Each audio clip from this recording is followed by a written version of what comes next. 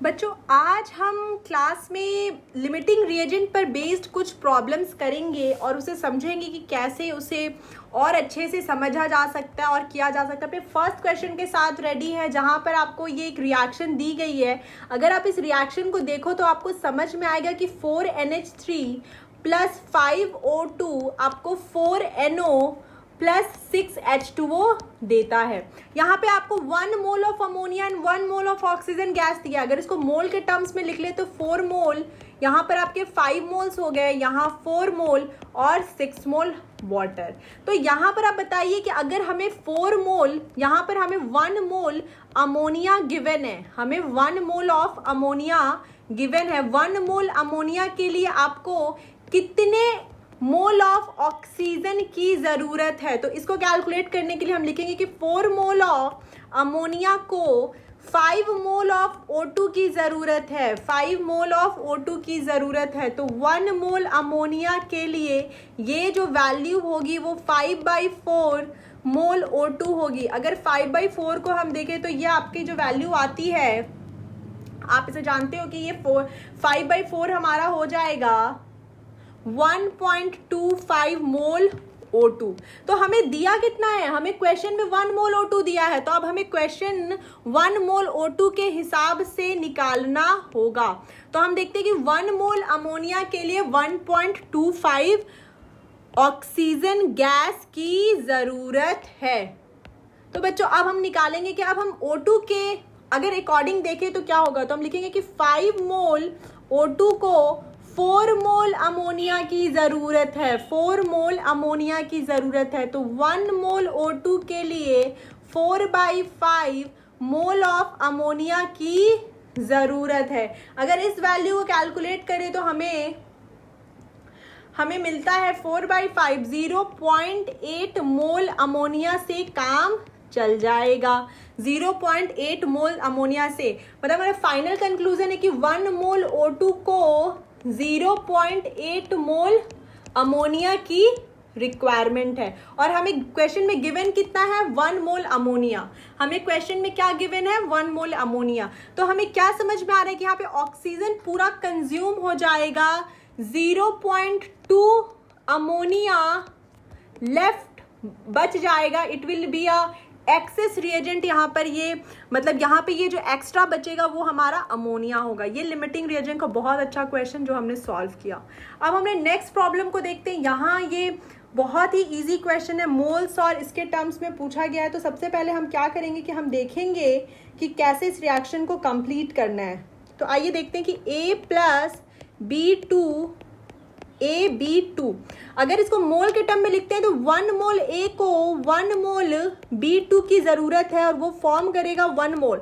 अगर इसको एटम्स के टर्म में लिखते हैं तो लिखेंगे कि 1 एटम ऑफ A को 1 molecule of B2 and 1 molecule of AB2 formation करेगा। इसके यहाँ पे क्वेश्चन में ज़रूरत नहीं है।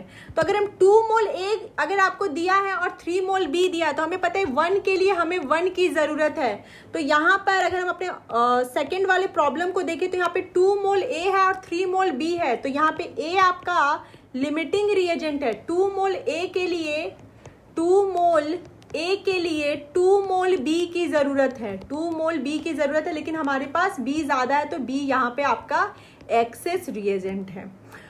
1 एटम ऑफ A के लिए 1 मॉलिक्यूल ऑफ B की ज़रूरत है। तो यहाँ पर अगर आप देखें तो यहाँ पे हमें 300 एटम्स ऑफ A दिया है, मतलब 300 एटम्स A को 300 एटम ऑफ A को 300 मॉलिक्यूल B की ज़रूरत होगी, 300 मॉलिक्यूल ऑफ B की ज़रूरत होगी। पर यहाँ पे B हमारा कम हो गया है तो B हमारा यहाँ पे लिमिटिंग रिएजेंट है।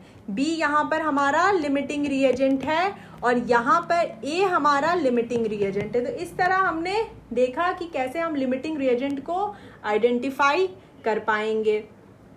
नेक्स्ट प्रॉब्लम देखते हैं। यहाँ सेम वो क्वेश्चन दिया हुआ है, आपको A प्लस B2 और AB2 दिया है। यहाँ पे 1 मोल अगर आपको ये 5 मोल A दिया है तो आपको ये 5 मोल की ज़रूरत है, लेकिन यहाँ पे आपको 2.5 मोल B दिया है तो यहाँ पे ये आपका लिमिटिंग रिएजेंट हो गया।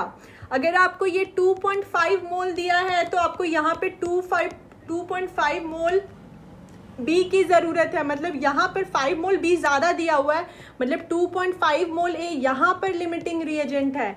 अगर एटम्स की बात करें तो 100 atoms of A 100 molecules of B, 1 atom of A 1 molecule of B की ज़रूरत है। इसका मतलब ये कि यहाँ पर कोई भी लिमिटिंग रिएजेंट नहीं है। तो इस तरह हमने इन सारी क्वेश्चंस को देख लिया। अब हम जरा अपने नेक्स्ट प्रॉब्लम को देखते हैं। यहाँ पर आपको पूछा how many grams of HCl। सबसे पहले अपने रिएक्शन को लिखेंगे जो बेसिक रिएक्शन है। इस बेसिक रिएक्शन में हमसे बोल रहा है कि 4HCl जब MnO2 से रिएक्ट करता है तो बच्चों आपको देता है 2 moles of water MnCl2 and chlorine gas. हमें क्वेश्चन में HCl के बारे में पूछ रहा है, तो सबसे पहले हम HCl कैलकुलेट करते हैं। यहाँ पर 4 मोल, यहाँ ये 1 मोल, 2 मोल, यहाँ 1 मोल एंड ये आपका 1 मोल ऑफ क्लोरीन। अगर हम HCl की बात करें तो हमें पता है HCl की जो वैल्यू होती है यहाँ पर 4 × 36.5, ये 146 ग्राम HCl को जब MnO2 से रिएक्ट करेंगे, मैग्नीज का जो अपना एटॉमिक वेट होता है, मैग्नीज का जो अपना एटॉमिक वेट होता है बच्चों वो होता है,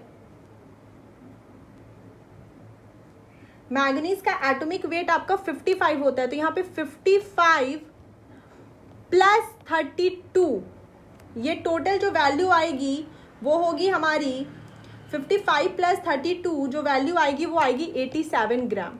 तो यहाँ पे क्वेश्चन में आपसे पूछ रहा है कि कितने HCl की जरूरत है, तो देखेंगे कि 87 ग्राम MnO2 को 146 ग्राम HCl की रिक्वायरमेंट है। तो 1 ग्राम MnO2 को 146 डिवाइडेड बाई 87 ग्राम HCl की रिक्वायरमेंट है। 5 ग्राम MnO2 के लिए हमारे पास 146 डिवाइडेड बाई 87 इंटू 5। अगर आप इस वैल्यू को कैलकुलेट करो तो जो वैल्यू हमें मिलती है वो होती है 8.3 ग्राम, 8.3 ग्राम ऑफ HCl की जरूरत है। तो इसका आंसर हो जाएगा बच्चों 8.3 ग्राम HCl। तो इस तरह हमने एक प्रॉब्लम को देखा जो बहुत ही इजी था लिमिटिंग रिएजेंट में। अब हम अपने नेक्स्ट प्रॉब्लम को देखेंगे। इस प्रॉब्लम में बच्चों आपसे सिंपल ही है, आपको बस यहाँ पे केजी के टर्म्स में क्वेश्चन दिया गया है, बट आप अगर इसको सॉल्व करो तो आप अपने आंसर तक आ जाओगे। तो आइए हम देखते हैं कि कैसे करना है। यहाँ पे नाइट्रोजन गैस, हाइड्रोजन गैस और अमोनिया की बात हो रही है।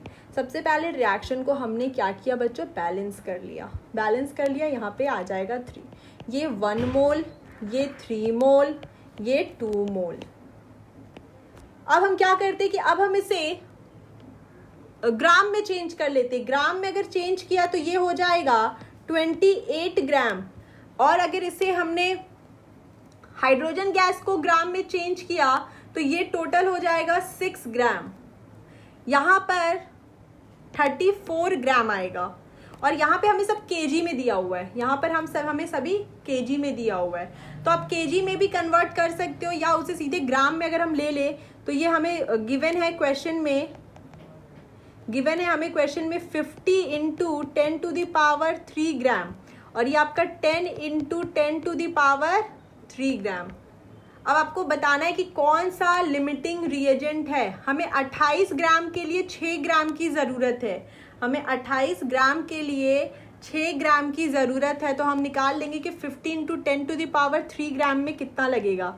तो यहाँ पे 28 ग्राम को 6 ग्राम हाइड्रोजन की ज़रूरत है। 1 ग्राम के लिए ये वैल्यू हो जाएगी 6/28 ग्राम ऑफ हाइड्रोजन।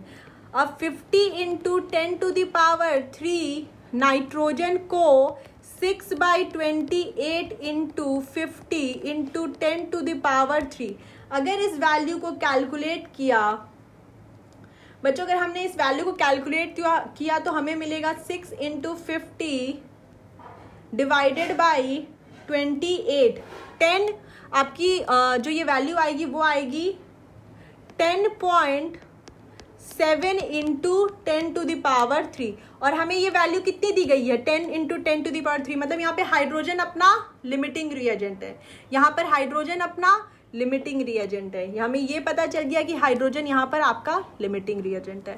अमोनिया का फॉर्मेशन पूछ रहा है तो लिमिटिंग रिएजेंट की रेस्पेक्ट में निकालेंगे, लिमिटिंग रिएजेंट की रेस्पेक्ट में निकालेंगे तो हम लिखेंगे कि यहाँ पे हम देख सकते हैं कि 6 ग्राम लिखेंगे, 6 ग्राम हाइड्रोजन को 28 ग्राम नाइट्रोजन की रिक्वायरमेंट है। 1 ग्राम हाइड्रोजन को 28/6 ग्राम नाइट्रोजन की ज़रूरत है। तो 10 इंटू 10⁻³ ग्राम हाइड्रोजन को 28/6 इंटू 10 इंटू 10⁻³ नाइट्रोजन की ज़रूरत है। इस वैल्यू को कैलकुलेट करेंगे तो हमें मिलेगा 28 डिवाइडेड बाई 6 4.6 इंटू 10, तो ये आएगा 46.6 इंटू 10⁻³ नाइट्रोजन। मतलब अपने को इतने नाइट्रोजन में काम चल जाएगा, हमें 50 इंटू जो 50 kg दिया है उसकी ज़रूरत नहीं है। तो हमारा अमोनिया का फॉर्मेशन कितना हो रहा था, यहाँ पर ये 1 मोल के लिए 2 मोल बना रहा था, ये 1 मोल के लिए 2 मोल बना रहा था। तो हम यहाँ पे कैलकुलेट करेंगे, हमने देखा कि 1 मोल N2 से 2 मोल NH3 बनता है, 1 मोल N2 से 2 मोल NH3 बनता है। तो 46.6 इंटू, और अगर इसको ग्राम के टर्म्स में लिखे तो लिख देंगे 14 ग्राम से 34 ग्राम बनता है, 14 ग्राम से 34 ग्राम बनता है। अगर इसे ग्राम के टर्म्स में लिखे, सॉरी बच्चों यहाँ पे 28 ग्राम से ये आपका 34 ग्राम बनता है। तो 46.6 इंटू 10⁻³ से ये 34 डिवाइडेड बाई 28 इंटू 46.6 इंटू 10⁻23। अब जो वैल्यू हम कैलकुलेट करेंगे 34 डिवाइडेड बाई 28 इंटू 46.6, तो ये हमारा आएगा कि 56.5 इंटू 10⁻³ ग्राम अमोनिया का फाइनल फॉर्मेशन होगा। तो यहाँ पे सबसे पहले आपको देखना है, आपका पहला काम है कि पहले मोल में कन्वर्ट करो, मोल से फिर ग्राम में कन्वर्ट करो। अगर क्वेश्चन मोल में पूछ रहा है तो मोल में ही सारा कैलकुलेशन करना है, अगर क्वेश्चन में आपसे ग्राम में पूछ रहा है तो ग्राम में आपको कैलकुलेशन करना है। और